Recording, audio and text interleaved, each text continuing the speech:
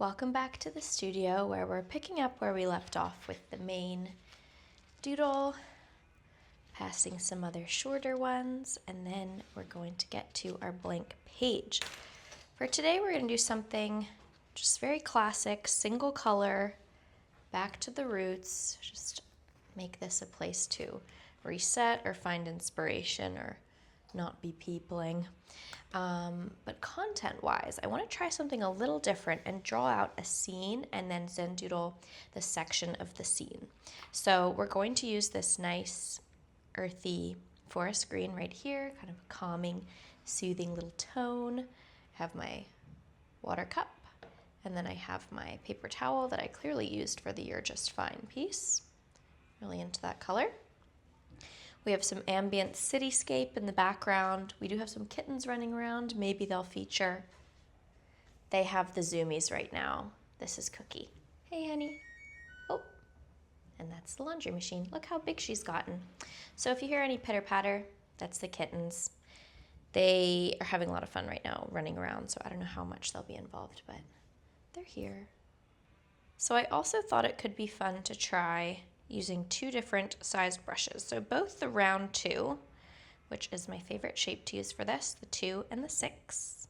Sorry, not both the round 2, both the round shape, but the 2 and the 6. And I think let's do our outline in the thicker color and then see where that takes us. So I'm gonna get my water ready and we're going to activate this nice forest green. I have recently found out that this palette is Kuretake, for anyone who was curious. So we're going to begin with a nice little stream. So it's going to wind its way down the paper like this, and we have a little feathering at the bottom because the paper's crispier over there.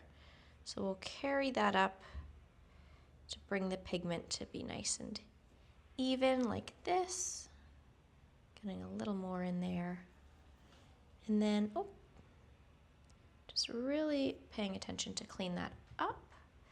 Then we'll go down from the other side. So here will be our perspective or our vantage point, and as the water moves closer to us, our little stream, it's going to become wider. Oopsie daisy. Kind of like that. I don't know if this is so accurate, but we're not going for accuracy here. We're going for a new feeling, something different to what we've painted before. So here we have our stream. I love how it's darker in the center, and then as we move out and the water lessened and the pigment lessened, it would get lighter. So that's very fun. Why don't we go ahead and add a tree, a nice tree trunk, some branches. It's kind of it's giving evergreen. And it's also kind of giving mystical forest in a way. Like this, and then maybe one more up like that. Again, our paint's really becoming lighter as we go to the edges, and I think that's cool because it kind of tells the story of where we were at what time on the paper. We have a lot of collection going on here. Then we're going to close, actually, just for kind of perspective and fun, let's add a bush here. That'll be in the middle ground, or kind of the foreground of our piece. And then we're going to add the other side of our trunk, like so. And then I'm going to do the same kind of thing over here, giving us a place to crisp out. Sorry if my hand's in the way, it's going to move. The branch will come back in, go out, and do that a couple times. Oh, can you hear that pitter-pattering? It's the zoomies. So I think it actually might be nice for the tree trunk to go behind the bush to give the illusion that it's in the back. So we'll go kind of like that. This will be a fun little bit too. Zen Doodling right there. So then how about behind it? We have another tree. Maybe like this. And maybe this tree has more of a pillowy shape like this. And you know, I'm totally making this up. So as you do this too, if you are, you can make your forest look any way that you like. I then also want to have, right in the corner here, but some branches from another pillowy tree that are just splayed out a little bit. Then let's connect that here, and then this will be our horizon line, so I'm going to add it there, and I'm going to add it there as well. So already we have a bunch of little sections in this configuration, which is fun. Do we want anything else in the foreground? I kind of like having different areas with different sizes, so I'm going to leave that pretty blank for now. But maybe we'll make a little bush over here. Bring that around. The nicer thing about the bigger brushes, like the number 6 that I'm using, is that it can hold so much more paint and water, so our strokes can be longer, which is awesome. Then, how about we do another of these evergreeny type trees over here. So I'm going to get these out, and then I'll go back and crisp up the corners right here using the tip of my brush. And this is a relatively new brush, so it's still very crispy, and I can get some nice corners even though it's big. Then we're going to complete the base of our tree and come back up the other side like so. And look, we have some turquoise from, I guess, another painting. I don't know how it got there. Do our nice branches. Maybe thicken that guy ever so slightly.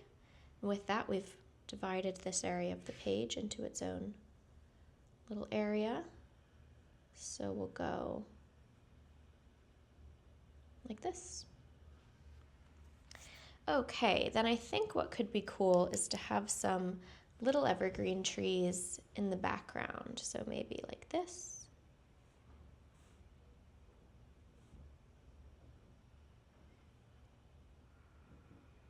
And what about one here too? Just kind of in this opposite zigzag formation.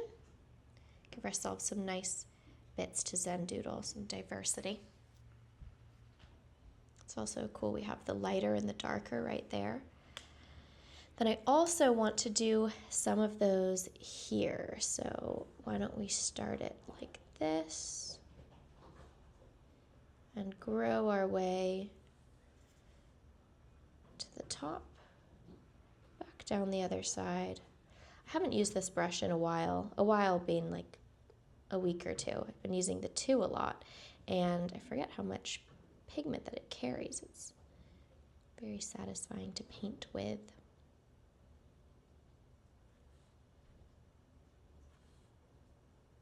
Okay, if you're coming to Doodle and Purr, my in-person painting event, you're all going to get a number 2. How exciting. So then we need to make the base of that tree behind. Let's make that right there. Let's carry this line across, so that will be here. And I skipped that middle bit because I'm unsure what I want to do with it yet.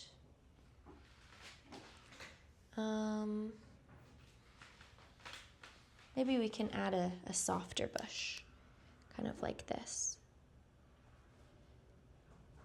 And let it be kind of behind the horizon, so close that out like this. Okay, I also think I'm gonna have a bush in the foreground like that. We still have our blank space, but just so there's something for it to all come together. This kind of looks like a face, look, an eye, and a grouchy little mouth.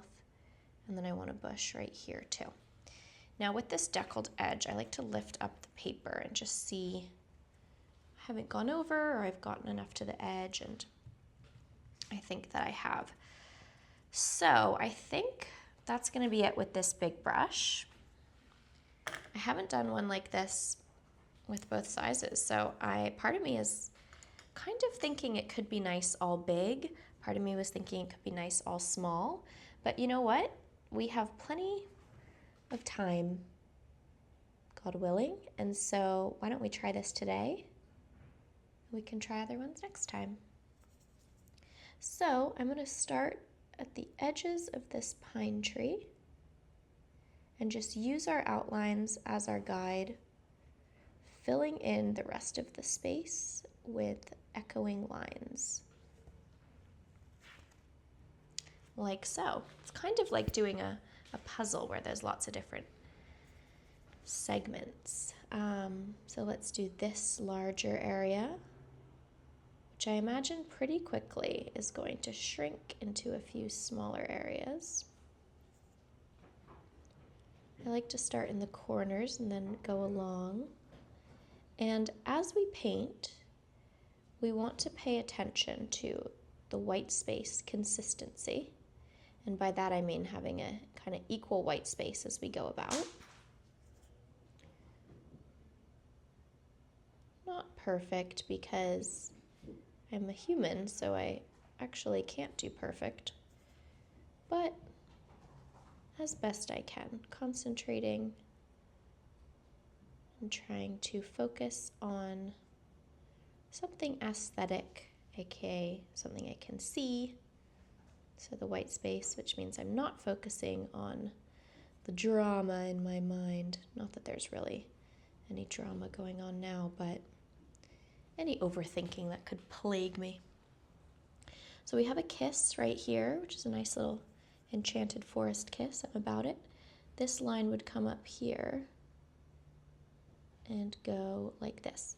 So what you could do, I don't know what happened there, is also go against the edge and use the line of the paper as part of your indication, but I am gonna not do that this time. Not sure why, no real reason. But with that line, we divided our piece into, or this larger jaggedy section, into a few smaller ones. We're just going to work our way one by one through them, like this. Noticing when there's a darker green next to a lighter green, or maybe there's a lot of dark green next to itself. Ooh, could this connect? You know what? I think it could. Let's carefully move through that gap. Nice. Now we have one of my favorite shapes to make, the little triangle. And when it's small like this, I kind of just like draw out the edges a little because I can't put my brush as flat as I'd like to get them. So kind of just imitate it. Now let's move on to this background evergreen, which has really cool kind of shape. Let's see how this could almost be a cat from the side. Here's its little snout, here's its pointy ear, a stylized cat, here's its paw. It's fun to imagine what the shapes could be. So we'll swoosh down our leaves or our branches, come back up and down.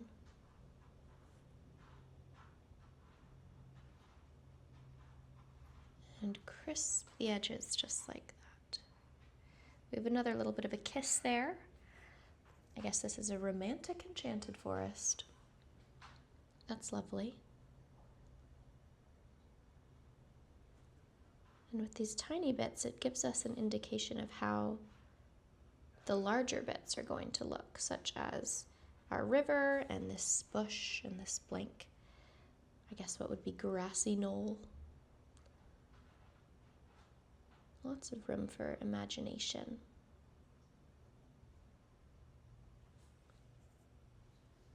So now this is looking a little skinny. We might, with this line, kind of finish out this shape, I can imagine.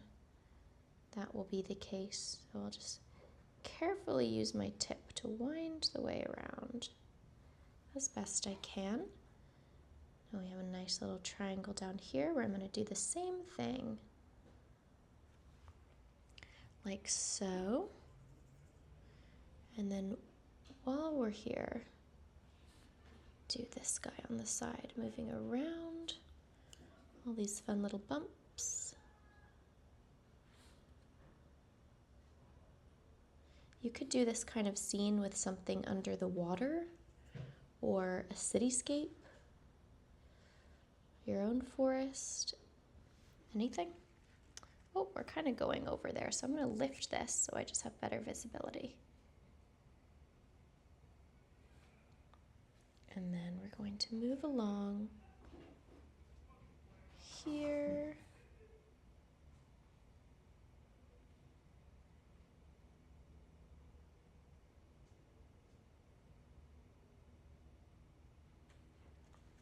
Okay, now let's zoom into this corner over here. Do that together. So there's a chance that my arm is going to be in the way as we fill out these little cornery bits, and I'm sorry about that. I can't do too much, so I'll make it quick.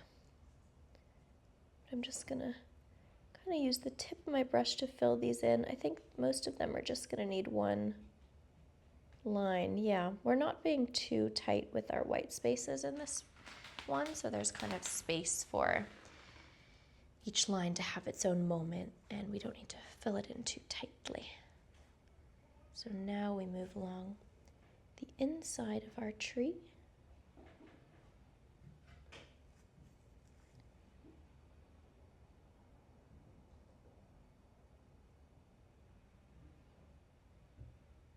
And up.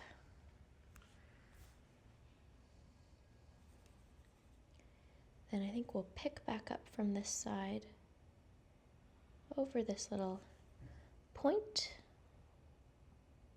paying very close attention to all these little natural things that happen, like that curve right here. And let's take this down.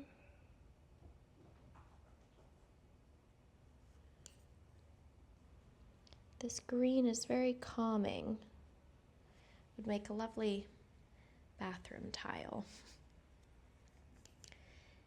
And then I think let's go from the top, so around that point. Then we're going to skinny brush our tip down as far as we could go and pick up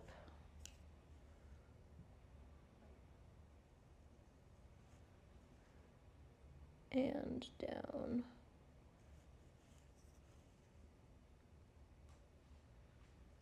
Now sometimes with this paper there's a seed or something and the paint just goes right into it. That happened right here, and I think that's happened there. So what we do is just move around it and keep it pushing. It's just part of the piece, no mistakes. Then we're going to pick back up here. So different points of the brush make different thicknesses when you have them on the paper. So I'm using kind of the side tip, which is like the thinnest I can get. And if I'm to lay it more flat, it's going to make a bit of a wider area. And with that, this section's filled out. That's why when you go around a corner, sometimes it's different thicknesses, because as you go like this, you're splaying out the brush strokes, which is interesting. Okay. Going to take this down the edge. Connect that there. Pretty straight for the most part until we reach this little splodge. Go around. Another tiny one right there. It's like maybe a little insect on the tree or some kind of creature, bird's nest. Could be lots of things. Okay. Now, before I complete what's going on in there, which I'm loving the light and dark contrast, I want to go into this edge. As you know, the edge is not my favorite part, and so I'd like to get it complete and out of the way. I still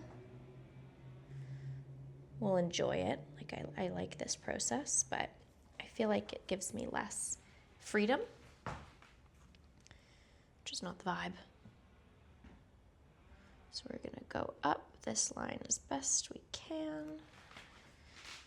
And I'm gonna get the tip of my brush and draw out what that corner will be. And then we have these two kind of angular pointy corner shapes, and so we'll fill them in one by one until they are disappeared into the foliage of the forest.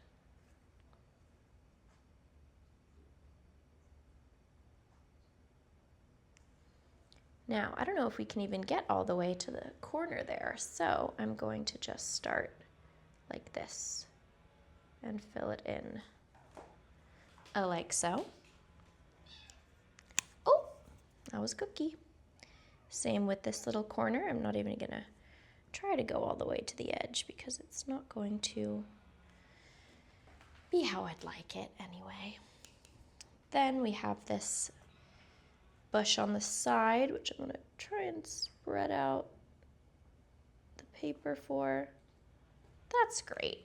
I'm happy with that. And then we have this grassy area at the bottom.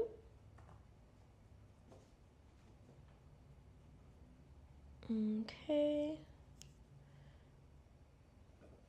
And then we make that shape over and over, probably just twice, until it is shrunk.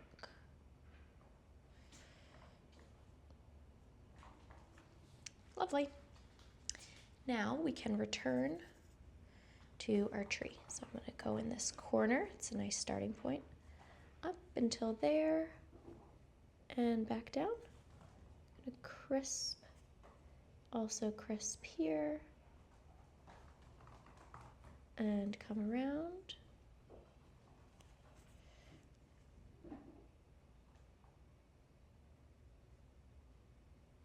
Making our way along these lines. Now, I don't know if it's really gonna go through there. I don't think I'm gonna force anything through on this one. Because we have such thick lines, I think then making them super thin, unless it's at the very wispy end, just wouldn't look so good. So I'm gonna go as far as I can comfortably and then call it. So again here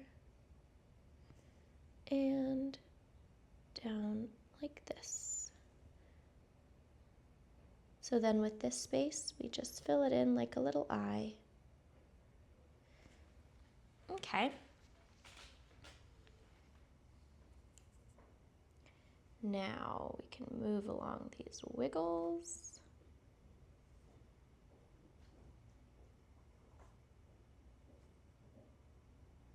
And fill out this space. Come back down into this point. Meet it from the other side. And then we just have this funky diamond looking thing that we will use the tip to draw into. And then same with here, there's just a little bit of areas that we could fill in comfortably, which brings us to this triangle here where we're gonna do that same theory. And right here, so the space between this evergreen in the foreground and the puffy tree in the background. Also, look at this skinny one. Well, this is kind of the skinniness I was just talking about, but there's no real rules here, so that's what's happening. This one I deem too little to go into. So as the tree trunk got thinner as it went up, we can't go between it until the bottom half. I'm going to start here where I can comfortably put my brush splayed out how I want it. Move around our bumps and get that filled in. Then go get it back into this corner, and then I will use the tip to kind of paint that in between space. That's pretty good. Maybe a little chunkier right there. Okay. Do we want to do this bush next? No, we want to do, it's funny how this, oopsie, what would be the sky is an upside down evergreen tree because there were two, just like that. Or maybe just a nice pattern. However we'd like to see it is fine. So we'll come across the edge and connect. Very pointy. Actually, that's not that pointy. That's flat on the edge. We'll make it pointy. And around here too. Same thing. And I'm going to ignore that stroke I made by accident because it's so thin that it's really going to disappear into the image once the rest of it is painted. This pigment particularly looks super watercolory. Look at these nice pools that have dried in different colors. I think that's really nice. So we're going to go around this spike from our evergreen. And then down this soft tree.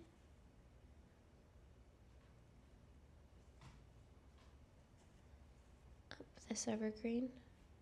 And then before I get too much done on that side, I'm actually going to start at the top just so I'm not putting my wrist in anything I don't want it in. I hope you can hear the kitten pitter-patter because it's really endearing. Now this section is an interesting one because that's too thin to go through, right? So what I'm going to do is most of it. I'm also going to do the other side where it would go if it were to pop around.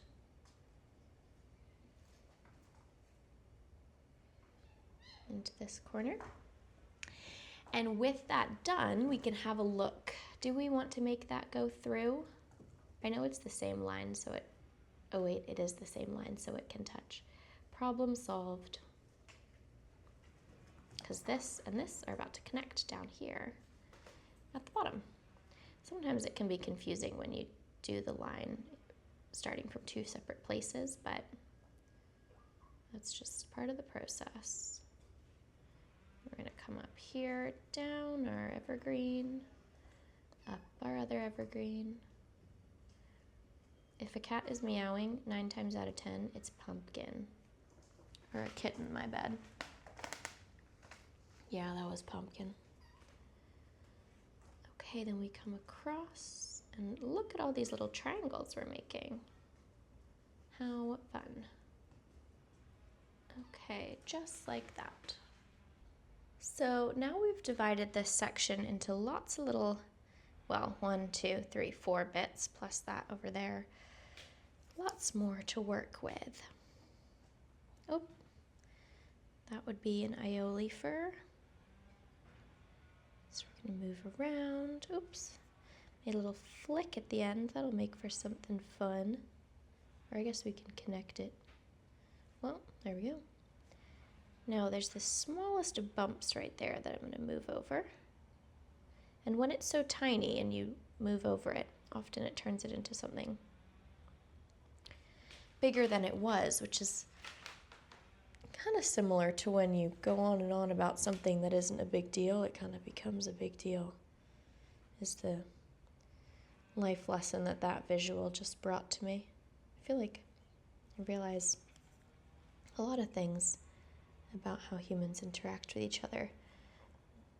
Like when I see something visual here, it just makes me think of stuff. It's very helpful.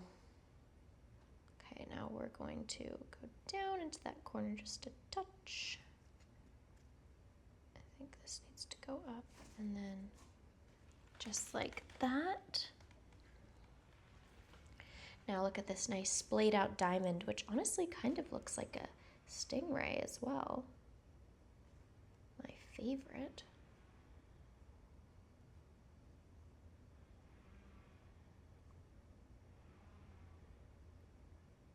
And around. Wow, I think this might be one of my favorite ones ever. I'm excited to try more like this.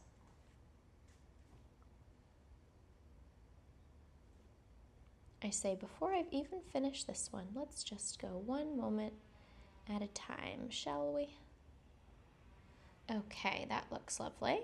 So because this is higher than how far this goes, I'm going to do it first. And I'm going to start with the longest side and then twist my brush so I have the point in the corner and make our way around the edge. Whoa. Now I know it upsets people when I don't go all the way, I don't close out all the way inside, but in my opinion that's too small for this piece, so I don't want to do it. So now we'll come back into this shape here. Do, do, do.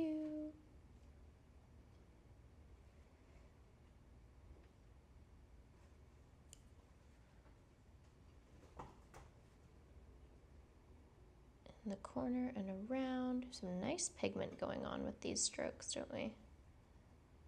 Now this area, I'm going from the bottom in order as opposed to coming back to the top because it feels small enough that my wrist can be in somewhat the same place the whole time, so I'm not at risk of smudge. Or getting on my sweater, which happens all the time. But I don't really care. I've now realized that if a piece of my clothing has paint on it, it must just be one of my favorite pieces of clothing because I clearly wear it all the time for any occasion.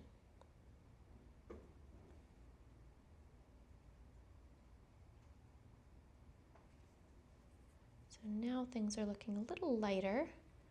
I'm not really sure why that's happened, but I'm happy to go with it. Oh, we have a nice car alarm, ambient city noise.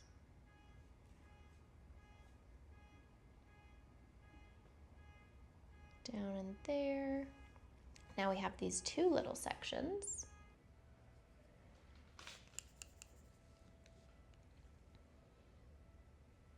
Now this is going to close up in just a few little swoops, I can imagine. I'm going to do this big one first because that'll tell us about how the shape will really go, and then fill in those edges. Either side, okay. Then use my tip for the middle. This kind of looks like a tent for some reason to me.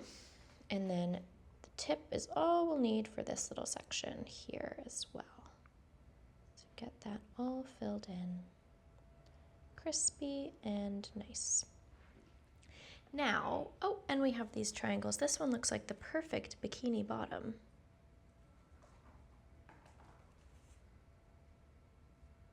We'll make a tinier version inside, like a little babushka doll. And then just a tiny little one in here using just our point. I like how these are opposite. So one is filled in the core and one is open. It's just kind of cool to see that difference. Okay, let's move along and do this tree. And then once that's complete, we're going to move down and work on these little background trees. This one, which was cut off, kind of looks like a wine glass or a goblet now. Just fun to see how that transforms. So again, we're going to start with a long area like that and around. Take the tip, oh, and then I want to clean that up a little bit. I can do a little more up here, and so I'm just going to do that while we are here. And then around. it's fun to move from what was small areas to then bigger areas where we have a lot of swoopage going on. I'm looking forward to doing the river bend because that'll be a fun swirly area. So pointy. And then this one is big enough that I am going to start from this side and let them meet at the bottom.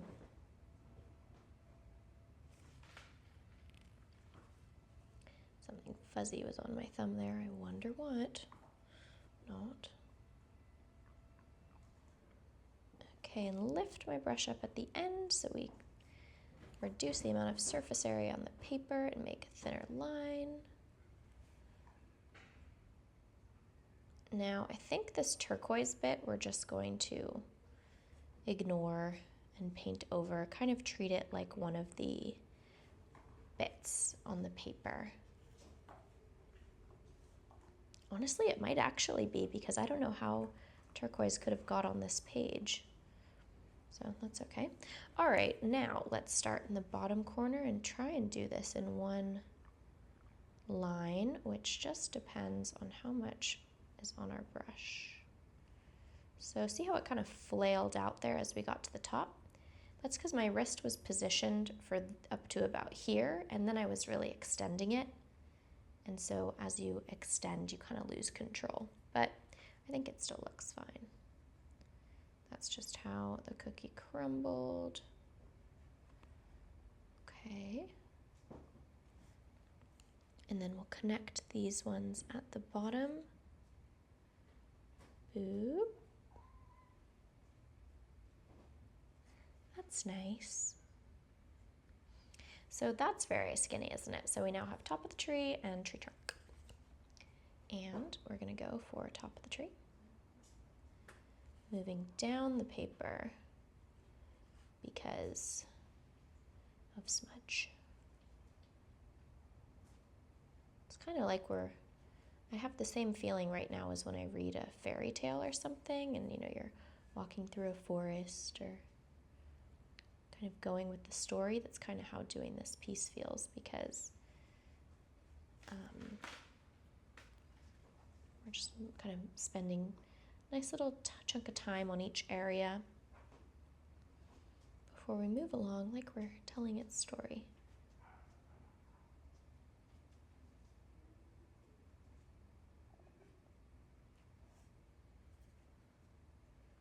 And then we'll pick back up in the corner, go down about as far as we can, maybe a little bit of point, and then around to make our mini arrowy tree situation.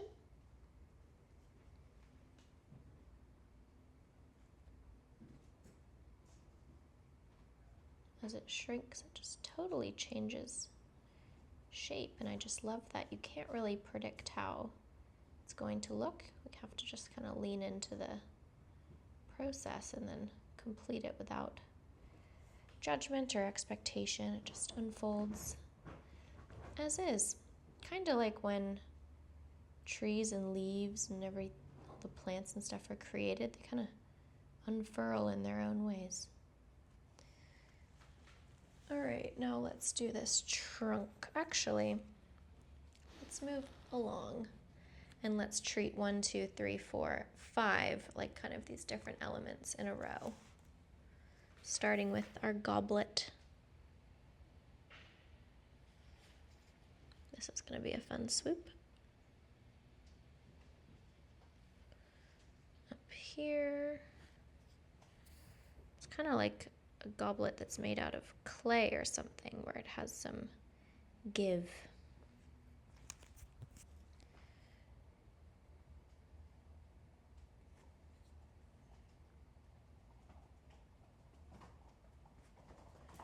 And down here, really paying attention to those bumps right now in particular. And then along the bottom. Okay. I'm kind of noticing a theme here, how the trees inside of the trees split after the first layer because they taper.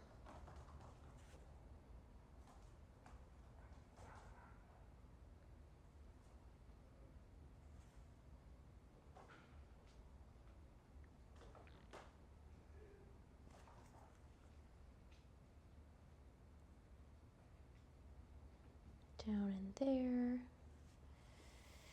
This kind of looks like a shield or a badge almost. But not for long because we're going to fill it in. Actually, this still looks like a shield or a badge or like a symbol of some sort.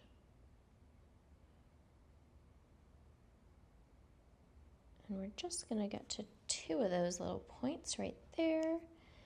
And then we can return to the bottom of the trunk using the tip. And that one's done. Now let's do this. This is a cool one because it has a right angle, which I don't think we've quite seen one like this yet on this piece. So it's fun because we have that, which we will do almost to the edge. And then it also has a curve, a little runway, and then we have our classic evergreen outline, which is a recurring pattern in this piece. So it's quite a complex little background shape. Shows you how the background is just as important sometimes. So this we're doing with the tip so we can get all up in there. Awesome. Now I'm going to start with the curve this time at the top. Come down. Boop, boop.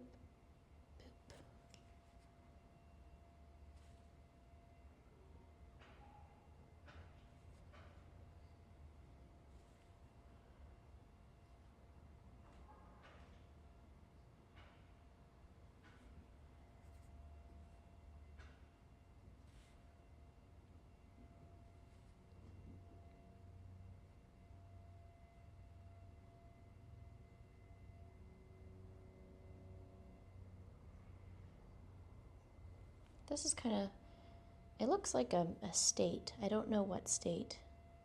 I know my states, but it doesn't look like an actual state, just like it could be a state if you follow me at all. Okay, number 2 is done, and on we move to this nice, very satisfying little evergreen in the center, using these same repetitive strokes to get them filled in.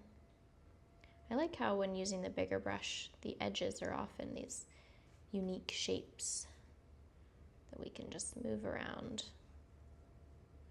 Makes things a little more fun than if everything was pointy. Kind of just depends on how we created it at the time.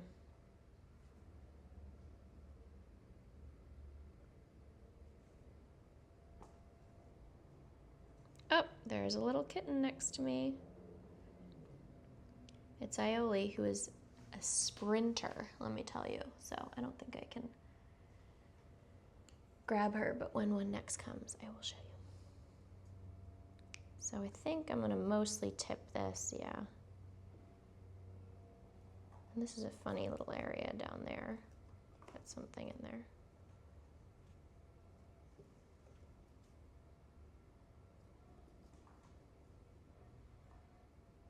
And up and down.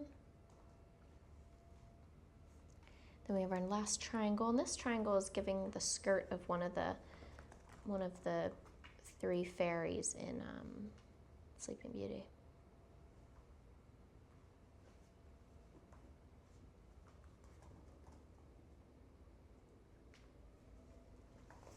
Awesome, and then another one, which looks a little funky, but that's because its shape is actually dictated by this tree, which is in front of it.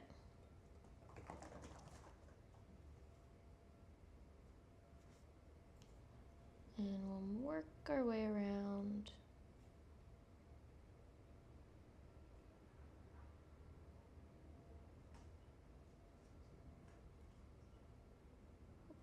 a little bump there. I'm into it.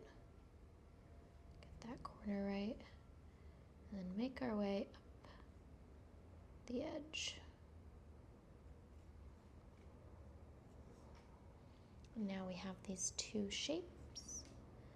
Bit of a kite situation, which I think will close out in one, yeah. And then another little triangle.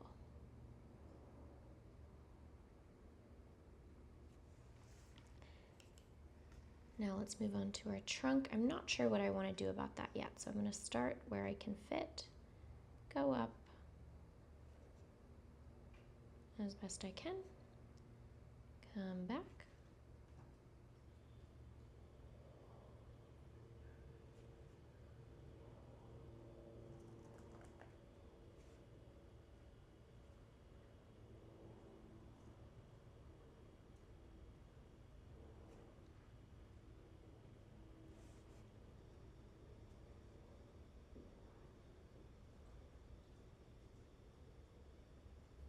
I guess we are connecting it.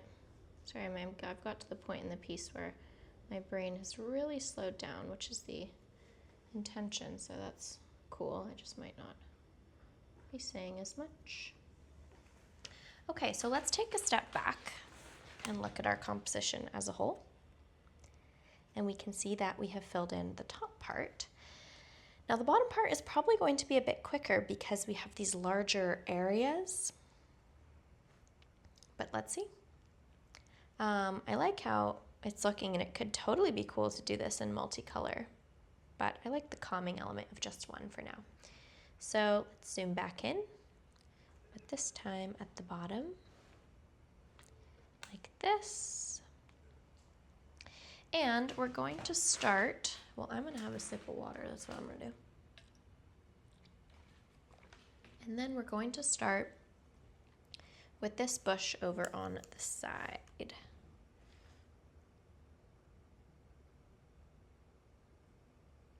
And weave our way around. I like the swirly shapes because you don't need to kind of change angles too dramatically and pick up your brush, so you can do some nice swoops. Oops, I don't think my focus is on. There we go. The thing is, it does then turn into corners as we make our way through the design.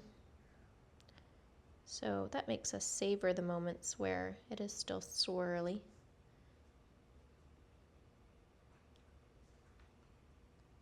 So we have our first one going on up there.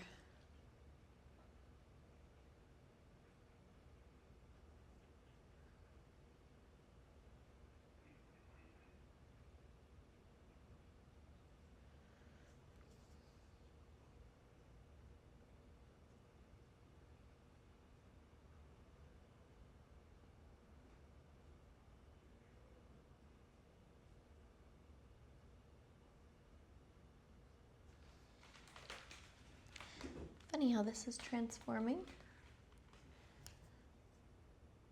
Kind of still smooth on the bottom, but then we have this like Cassandra kind of shape happening on the top. And then just a coloring in opportunity right here. Let's go around that little bump. Fab. Now, do we want to do this whole section? I guess so.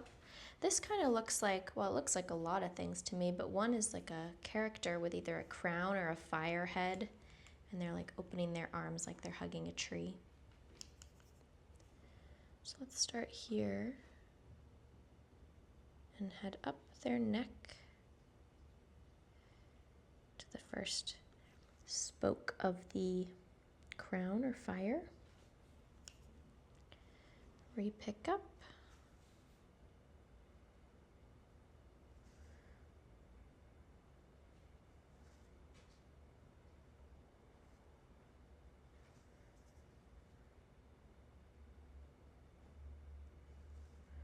And I'm going to come around and switch how my hand is so I have more control, but not before I crisp that guy. Then I'll come back down and move around until I run out, where I'm gonna just smooth that out. And then we have quite a gap, so I'm gonna actually thicken this slightly. Keep winding my way around.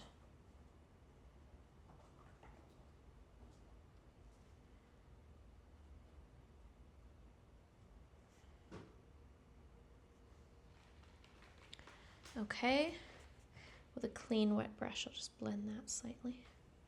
Now that has, as suspected, closed out this grassy area or head. So we'll tackle that first.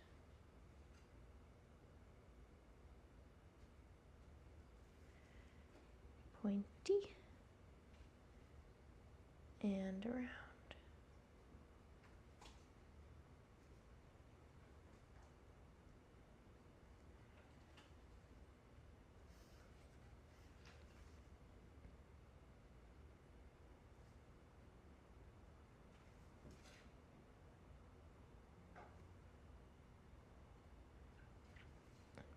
Out.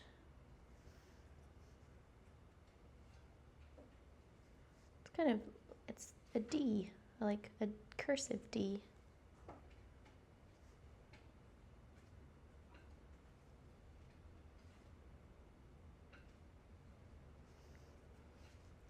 And then this will be the last stroke to fill it in. So we'll use, whoop, a lot there. It's kind of like a weird little heart, sort of. Okay, moving along to this large grassy area, which I think is going to be our widest or our biggest area. This is a big area too, but pretty quickly it's going to slink together.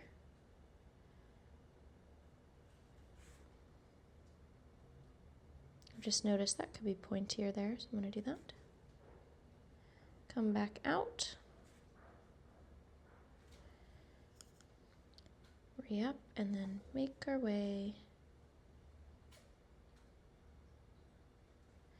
along and then start back up here.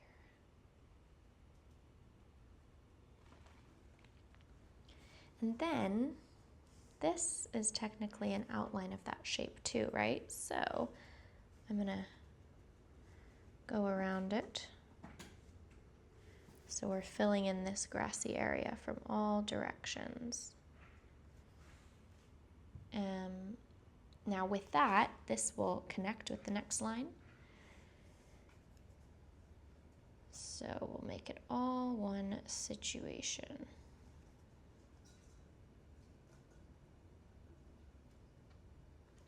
Down into that point.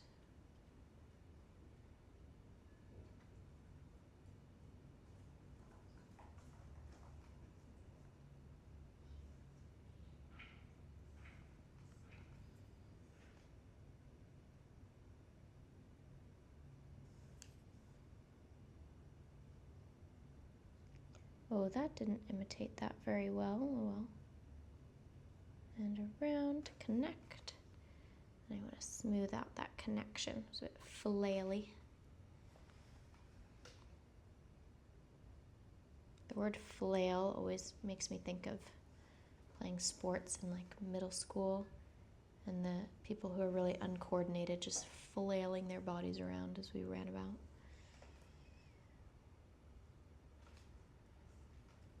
It's a nice visual.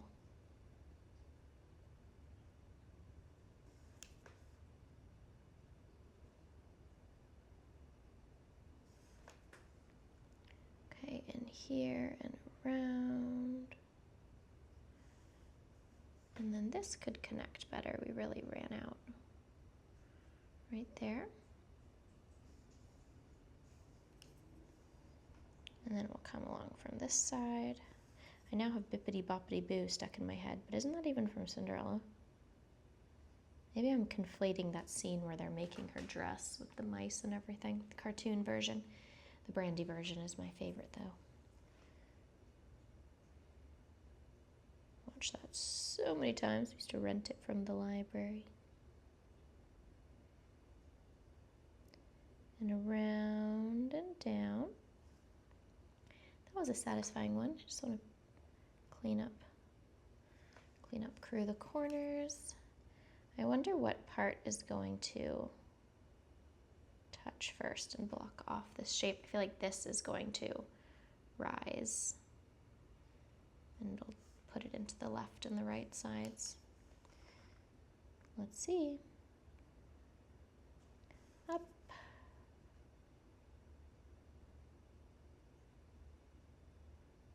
And around. The corners are hard to get crispy.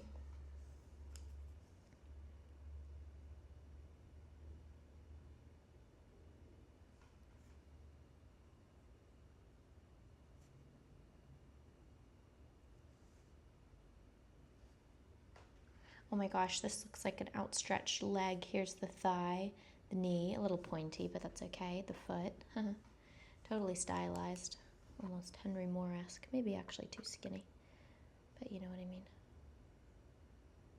So this one is going to connect in a lot of places, I imagine. Yes. Oopsie. Okay, it sounds like the zoomies have stopped. I haven't heard a pitter-patter in a while, which means the kittens might be in a pile sleeping somewhere. Oh, to be a kitten sleeping in a pile. Yeah, I don't see them at all. They might be under the couch. Okay, we're gonna use our tip to get this. This area kind of looks like animal stripes of some sort. That looks like a frog eye with its funny mouth. Well, maybe you can do a tiny bit. This could be two eyes. Okay, then let's do our final bush on this side. Swoop.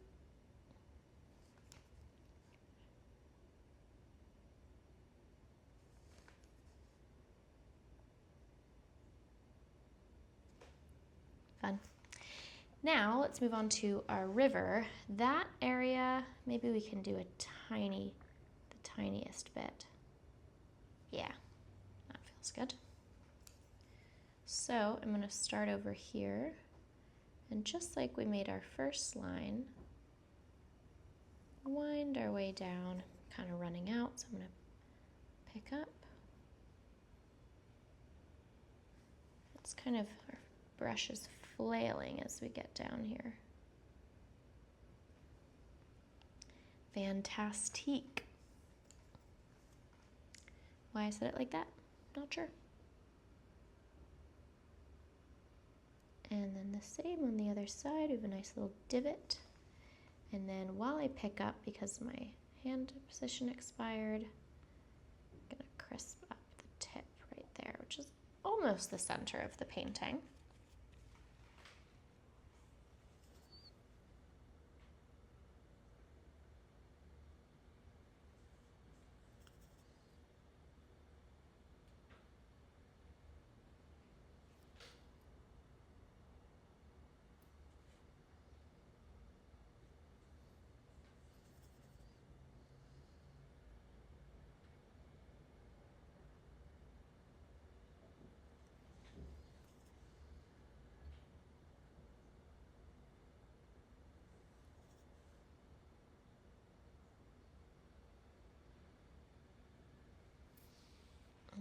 Okay. Let me see if I can find a kitten to sit with us now that they're a bit tired. Here's Koala. Don't step in it, Koala. Let's see what he does. Up. We're gonna collaborate again. Don't sit right on the center though, because that's where I'm painting. Oh.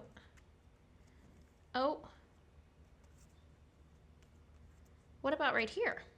Here would be awesome. very fluffy little guy.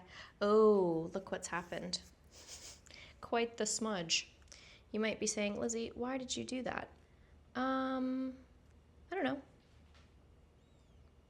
Because I felt like it. But it's okay because this is actually tight to the point where it's going to touch like that. His little paws look dirty. What's going on? And like this. So it's not going to be as noticeable as it is right now. Oh well, I was really hoping he would sit with us, but he finds this table far too exciting to just stay on the paper. He's gone over to hang out with Ryan. Ryan, who loves the kittens. Okay, so let's blend that in, blend that in. Blend, blend, blend. Now this little crescent moon here is going to be a point situation. So I'm just going to paint it in like so. And then I'm actually going to leave this blank for now and work on this knoll over here. What is it, koala?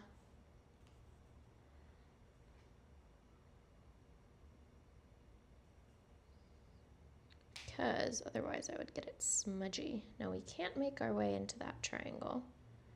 So we'll go around it.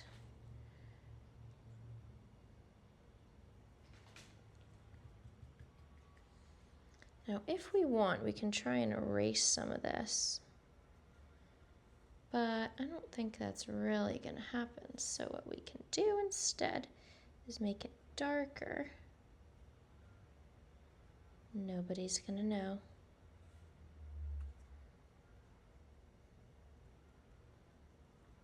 I think his little claws were out.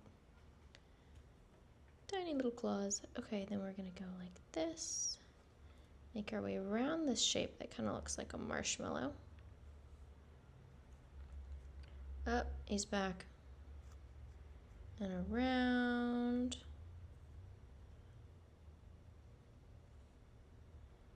And that will take us to the edge. Oh, don't drink my paint water, you little noodle.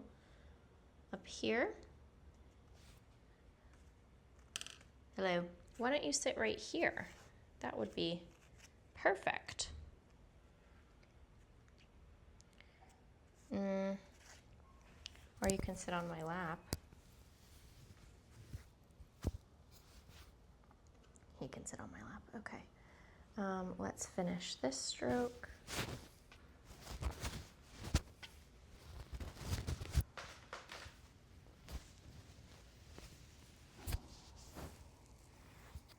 That is him crawling into my shirt. Okay, and then we're going to come back down this one. This is a nice little stripy, ribbony pattern right there. Now, we have a few blank tiny areas that we can fill in at this point. So like this. And this. This might, oh well, no, we might actually have some blank space in the middle. This one we won't though, so we'll just point that. And then that's too little to go into, but we can do that. Whoa, plop.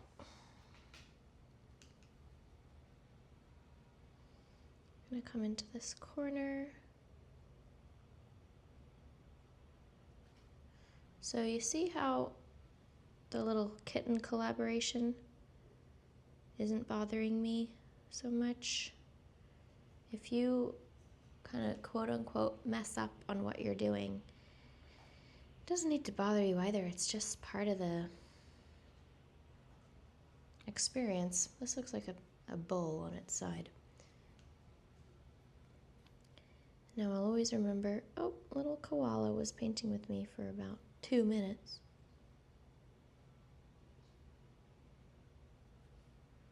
He still needs a forever home, by the way, if anyone wants a very peculiar looking friendly little cat.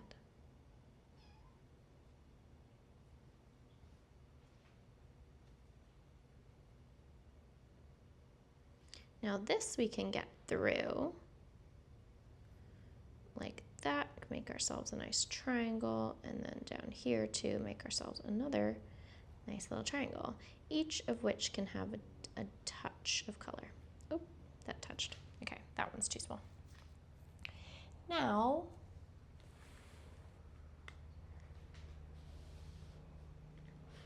let's see if we can put, I kind of get annoyed when the paint's too close to my edge, but let's try. Okay, now here's this nice marshmallowy shape. We'll wind around like a nice country road.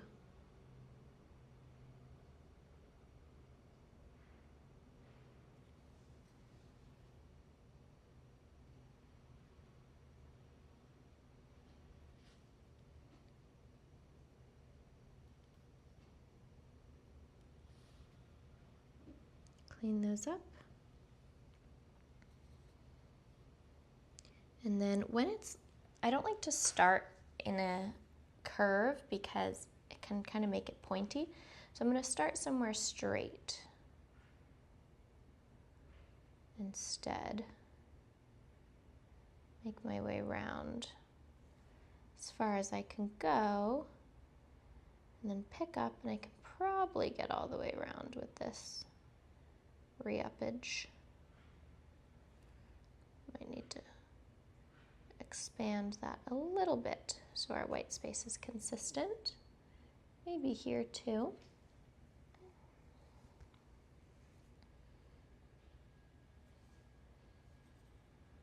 I think after this I'm going to have some olives and brie and crackers. A little snack. And twist. And up.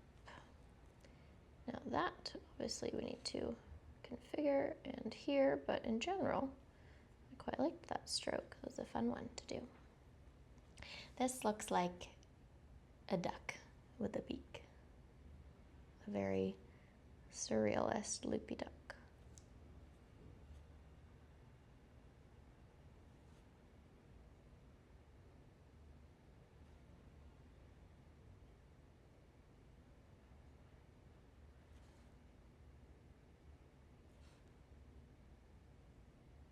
And get its little head. Now it kind of looks like a Bunsen burner. And we'll use our tip. Okay. Awesome. Now we're kind of coming to the edge of what we have left. So we have this Diablo looking shape, a bush, which doesn't actually go to the edge. We'll work with that. And then the bottom of our river. So we're going to start with the highest bit, which is the Diablo shape.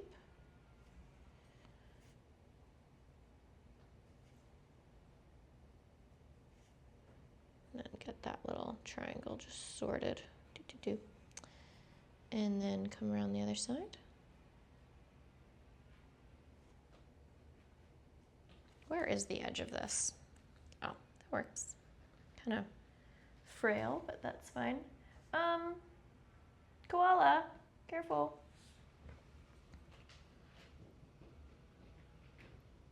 Ooh, that's satisfying. This looks like a lamp, a ceiling lamp. Let's do it again. Come up the side, down the other side, this nice kind of ogive curve. And then up into the tip. I also want to expand that ever so slightly, and then we can fill in the corner. So, what to do about this section? Well, let's do the river actually. So what is the story in our Forrest fairy tale of why there are cat marks in the river? Not that there has to be a story, but I kind of find it fun to make one up.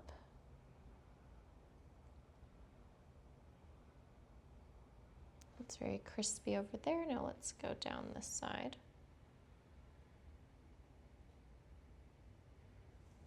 And we have a little tiny top and then a triangle. It kind of looks like a tagine serving thing. I don't know what that's called. Oops, that was a lot of kissing.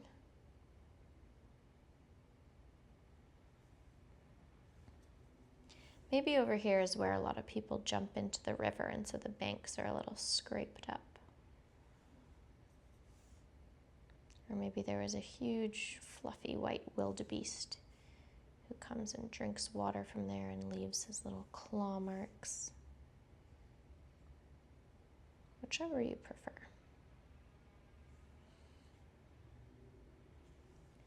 Here we have a nice repetitive pattern that we have much more toward the bottom of the page where there were larger gaps than we do on the top. Hey, koala. And then, so this can, oops, not me putting my whole finger in it.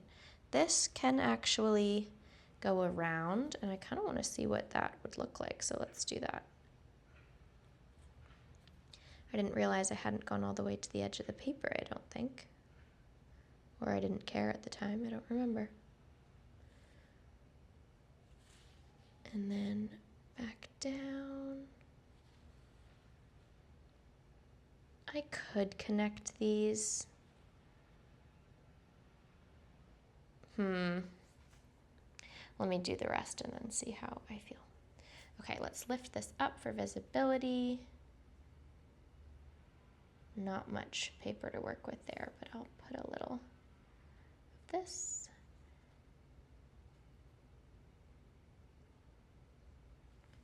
I think we can connect it ever so slightly.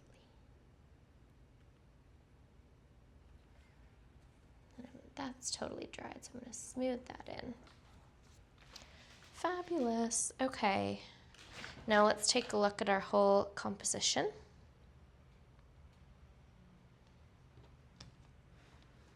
Cool. I love this. Definitely want to do an under the sea one. Definitely want to do a city one, but I really like the nature feel of this. It very much feels like a dream. A dream, not a nightmare, to be clear. I love this kind of spill happening there, or pooling. I love how this was so pigmented that there's kind of, the pigments come to the edge and made these lines. I like how it's lighter in the center of a lot of these shapes. I like the two different brush sizes. And there isn't much I dislike because I wasn't trying to make anything in particular, so it's just kind of is what it is, you know? That's how I feel anyway. Oopsie. Okay, let's say hello to another kitten and then we'll be out of here. Okay, got one. Of course, it's Pumpkin. Pumpkin loves painting. If you were on my live the other day, Pumpkin was collabing with us. Let me try and find that piece actually while we're here. Okay, Pumpkin, well, I don't want to let you down because I don't know where you're gonna go. What did we do on live the other day? We did I accidentally skipped a page, so I went back and did it.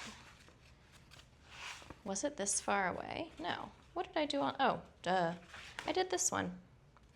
And we have some little pumpkin marks all over the place. Anyways, we love Pumpkin. She's very, very cute. She's recently a she. I thought it was a boy, but it is a she. Loves a face massage. Oh, it's so nice, Pumpkin. Pumpkin also needs a forever home still. So if that could be you, Fang check. Let me know. All right, thanks for painting with me today. I hope you're feeling, can breathe a little easier, soothed, and I'll be here next time you need a little reset, of course. Say goodbye, Pumpkin. Bye.